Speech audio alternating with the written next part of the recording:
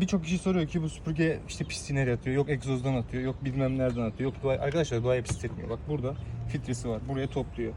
Bu da zaten kendi süpürge, tamam mı? İşte bunu böyle kapattın. Tamam mı? Bunu böyle aldın. Aynı zamanda da bazı arkadaşlar demiş ki bu işte bir kere yapar, iki kere yapar, üç kere yapar. Arkadaşlar bu araba 2018 model. Ve böyle bozuldu derdi çok olmuyor yani. Hiç bozulmadı bu zamana kadar. Bozulursa da Honda her şeyi yapıyor. Bu arabanın